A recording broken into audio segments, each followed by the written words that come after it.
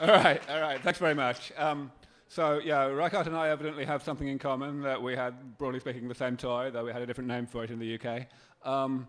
We have something clearly not at all in common, which is that I don't give a damn about why we're here. I'm a practical guy. I just don't want to die anytime soon. I don't want to get sick, all that sort of nonsense. Right. So that's what I'm about. Now, I thought about what to say today, and then I realised on the bus here about 3 hours ago that I only had like 15 minutes. I appreciate I've got a few minutes more because of the previous speaker not having turned up, but still, not very long, and I can't do much justice to the work that we do at SENS Foundation in that time. Furthermore, with an audience like this, I tend to like to give a somewhat non-standard presentation anyway, because I know that, first of all, a large proportion of the people here will be quite familiar with what we're doing. And secondly, I know that a lot of people here will be very supportive of what we're doing, so I don't really have to spend much time persuading people that it's a good idea. So what I thought I would do, actually, rather than give a regular presentation with slides and all that, was first of all, to spend maybe 5 minutes giving you guys a little bit of the benefit of my experience about how to talk to other people about this mission. In particular, how to talk to other people about why it's desirable. Because, of course, talking to other people about how it's feasible essentially consists of saying, please actually go and read the details rather than just relying on superficial journalistic accounts of things. But on the desirability side, everybody can be an expert. Everybody can just get better at putting forward persuasive arguments that really do, if not actually convert people to being supporters of this work, at least dampen their opposition to it.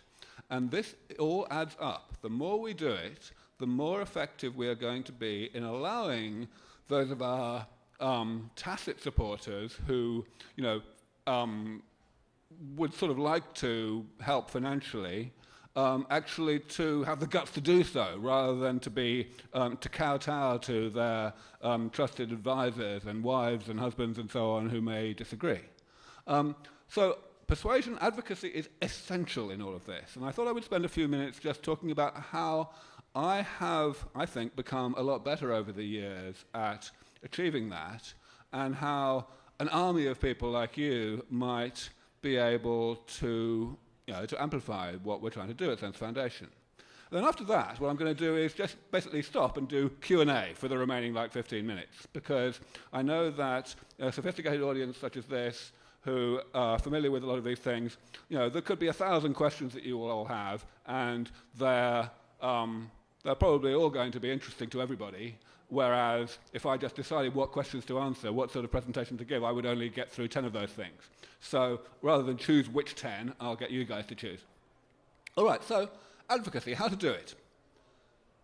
The fundamental thing that I have found is that even though instinctively I'm quite a pugnacious sort of person, I don't mind making a fool of people when necessary and so on, nevertheless, the critical thing is to try to suppress that a little bit, but not too much, to essentially identify the most unequivocal arguments in favour of all of this.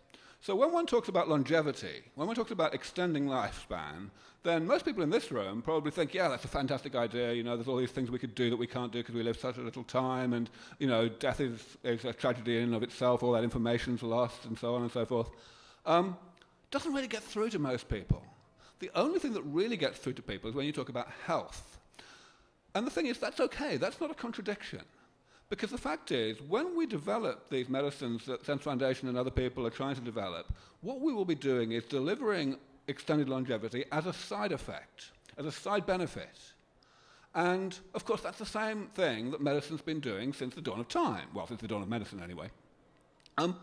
So in a sense, what one can do is one can really emphasize very persuasively the fact that we are not talking about some motivational conversion, some change in what we're trying to do in terms of enhancing the quality of life and the quantity of life of humanity. Medicine's always been about postponing ill health, eliminating ill health, and thereby extending lifespan. And you can regard the extension of lifespan as the goal, but equally justifiably, you can regard the prevention of ill health as the goal. and the longevity is simply a side effect. And I have certainly found that that's the way to go. Now, in a sense, this may seem obvious. You know, longevity is controversial. As soon as you start talking about it, people say, oh dear, where are we going to put all the people? How are we going to pay all the pensions? You know, won't Dick Cheney live forever? Things like that. Someone actually, I got that one this morning. Someone said that to me at the talk I gave in Ventura this morning. So, you know, you get the idea. These are the sorts of things that happen. But if you talk about health, it's very difficult for anyone to make an argument against it. Because ultimately what that would be saying is they're terribly, terribly, terribly in favour of medicine just so long as it doesn't work very well. And, you know, and that's pretty ridiculous. You know, no one has successfully made an argument that actually says that explicitly. So, you know, this is what one has to look for. And that's the central example of this, the case where one really has to get focused on choosing the unequivocal arguments to go for and avoiding the things that might be more controversial. But as a general rule, that's the thing to do. You want to try and find ways to eliminate any uncertainty, any controversiality. Another thing that we've been doing over the past few years that I didn't do so much early on when I started this sort of mission was to emphasize the link with regenerative medicine. The fact is, SENS is all about regenerative medicine. It's all about repairing the molecular and cellular damage of aging, but it's not normally characterized that way. Regenerative medicine is normally thought of as just consisting of stem cell therapy and tissue engineering, and basically that's it. But the fact is, regenerative medicine has a very, very good press at the moment. It's really well thought of. And of course, masses of progress is being made under the rubric of regenerative medicine. You know, artificial hearts and artificial esophaguses and so on. It's all pretty wonderful. So it's very useful for us to actually link this work, not just technically, because it really is regenerative medicine what we do, but also in the public eye, in the sort of meme space, to regenerative medicine.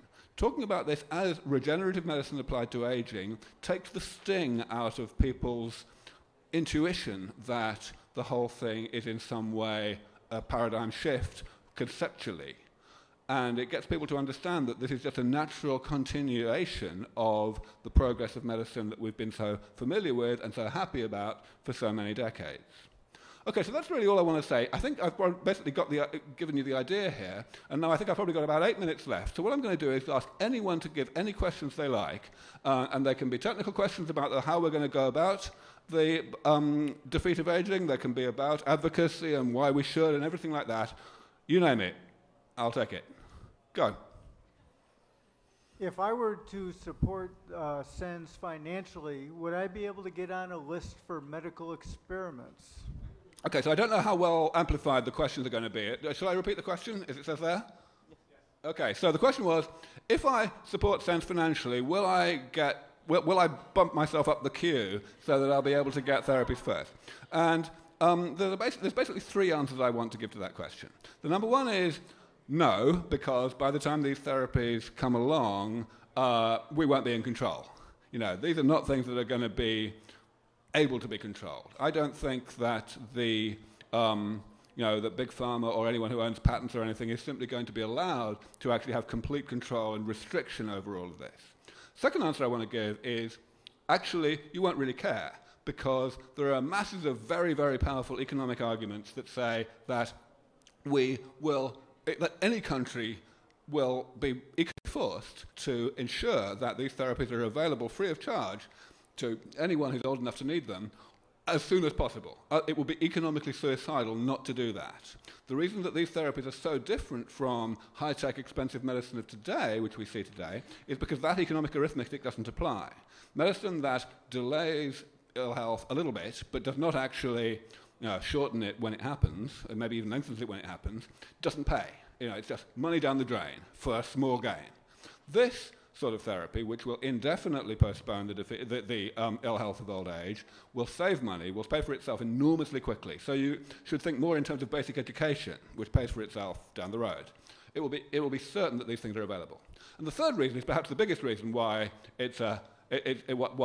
you shouldn't be asking that question in the first place. Namely, this is going to be damned experimental when it comes along first, and nobody wants to be the first person to submit to that sort of thing.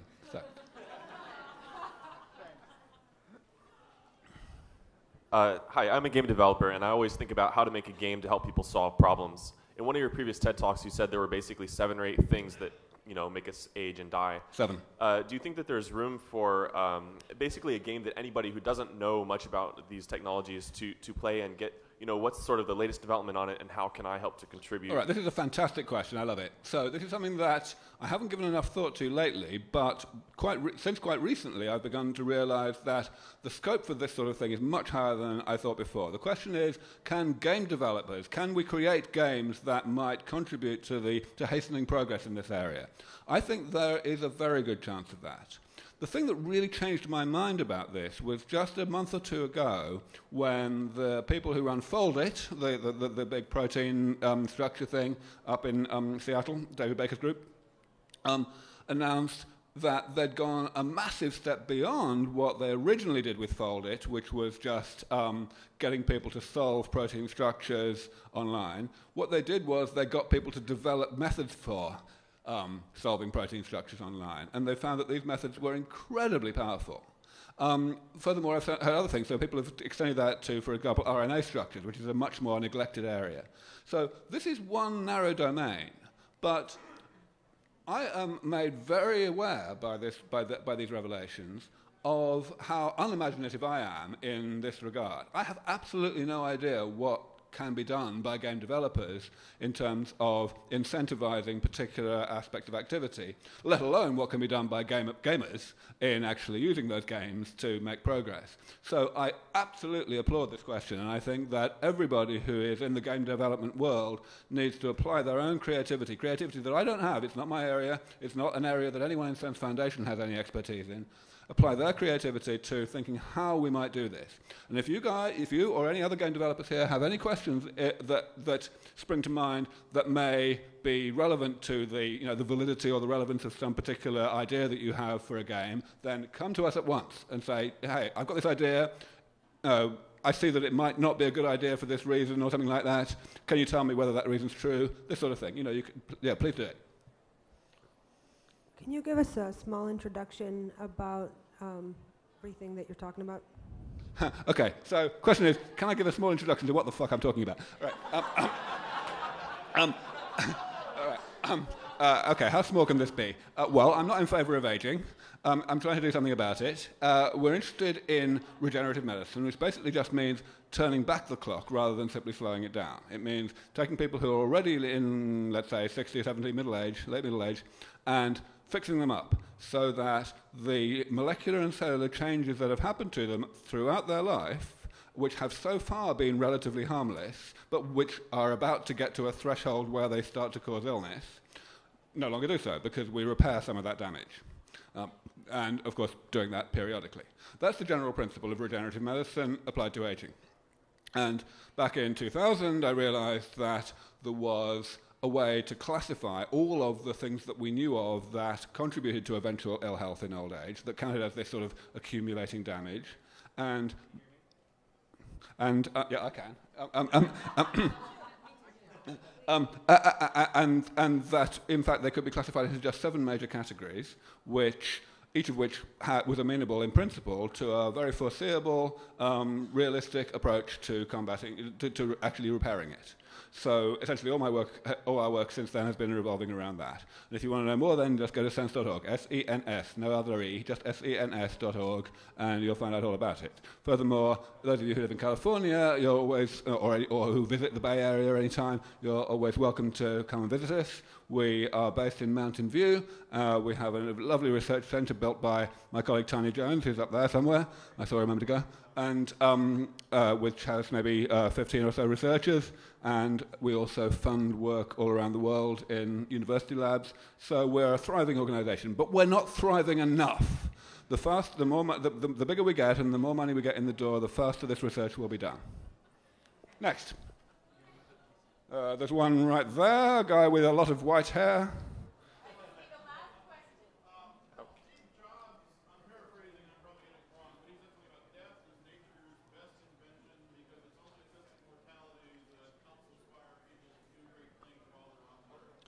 Yeah, right. Yeah. So the point being made here is that Steve Jobs, whom I and indeed many other people in this room, I'm quite sure, admire very greatly, said something unbelievably stupid not very long ago, which was that one's fear of mortality is what causes people to excel. Now, that is the most arrant bullshit that I have ever heard. Well,